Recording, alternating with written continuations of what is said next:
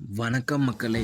தினமும் 300 ரூபாய்க்கு மேலே சம்பாதிக்க ஒரு அரிய வாய்ப்பு. சோஷியல் மீடியாவில் ஃபேஸ்புக், இன்ஸ்டாகிராம் மட்டும் யூஸ் பண்ண தெரிஞ்சால் போதும். ஒரு போஸ்ட் போட்டால் மட்டும் போதும் மக்களே. நீங்கள் ஒரு 300 ரூபாய்க்கு மேலே டெய்லி சம்பாதிக்கலாம். ஒர்க்கை பற்றி உங்களுக்கு ட்ரைனிங் கொடுத்துருவாங்க. சந்தேகம் இன்னும் கிளாரிஃபை பண்ணணும்னா உங்களுக்கு லைவ் சாட்டும் இருக்கும் மக்களே. ஒர்க் டீட்டெயில்ஸ் பார்த்தீங்கன்னா கீழே வாட்ஸ்அப் நம்பர் கொடுத்துருக்கேன், கான்டாக்ட் பண்ணுங்கள்.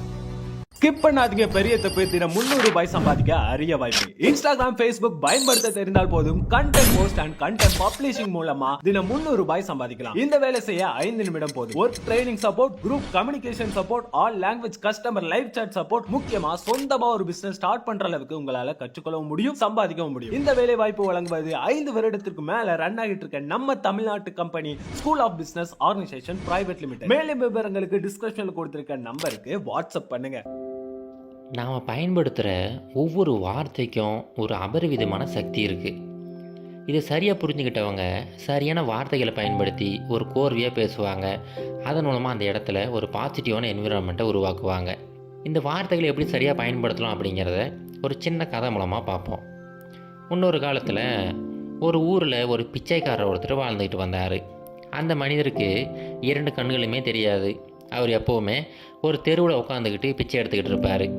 அவருக்கு முன்னாடி ஒரு சின்னதாக ஒரு போர்டு ஒன்று எழுதி போட்டிருப்பார்.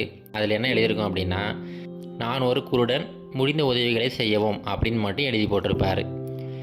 அந்த ஸ்ட்ரீட்டு பார்த்திங்கன்னா ரொம்ப பிஸியான ஒரு ஸ்ட்ரீட்டு. ஏகப்பட்ட மக்கள் வந்துட்டு போயிட்டு இருப்பாங்க.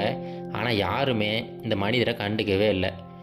ஏதோ ஒரு சிலர் கொஞ்சம் காசு கொடுப்பாங்க. அதை வச்சு அந்த மனிதர் வாழ்ந்துக்கிட்டு வந்தார்.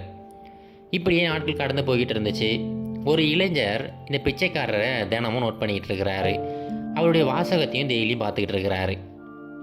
ஒரு நாள் என்ன பண்ணுறாருன்னா, இந்த இளைஞர் வேக வேகமாக அந்த பிச்சைக்காரர்கிட்ட போகிறாரு. போனவர் அந்த போர்டு இருக்குது பார்த்தீங்களா, அதை எடுத்து அங்கே இருக்கிற வாசகங்களை வேறு மாதிரி மாற்றி எழுதுறாரு. அந்த எழுதியிருந்த அந்த பேப்பரை எடுத்து பின்னாடி வச்சுட்டு வேற ஒரு புது பேப்பரில் அவர் கையில் வச்சுருந்த ஒரு மார்க்கரை பயன்படுத்தி புதுசாக ஒரு வாசகத்தை எழுதி வைக்கிறாரு. அவர் அந்த வாசகத்தை எழுதி வச்சுட்டு அங்கேருந்து கிளம்பி போயிட்டாரு.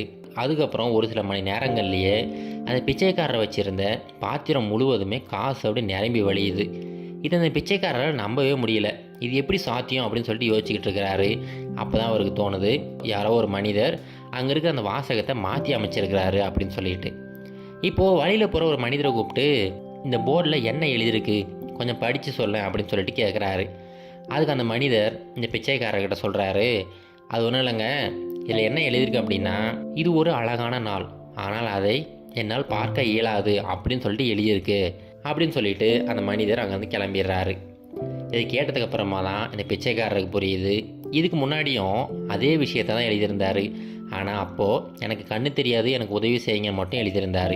ஆனால் அந்த விஷயத்தை இந்த இளைஞர் மொத்தமாக மாற்றி மற்றவங்களுக்கு புரிகிற மாதிரி ரொம்ப அழகான ஒரு வாசகத்தை எழுதி வச்சுருந்தார். அதை பார்த்த உடனே பல மக்கள் இவரை பார்த்து பரிதாபப்பட்டு நிறைய காசுகளை அவர்கிட்ட கொடுத்துட்டு போயிருந்தாங்க.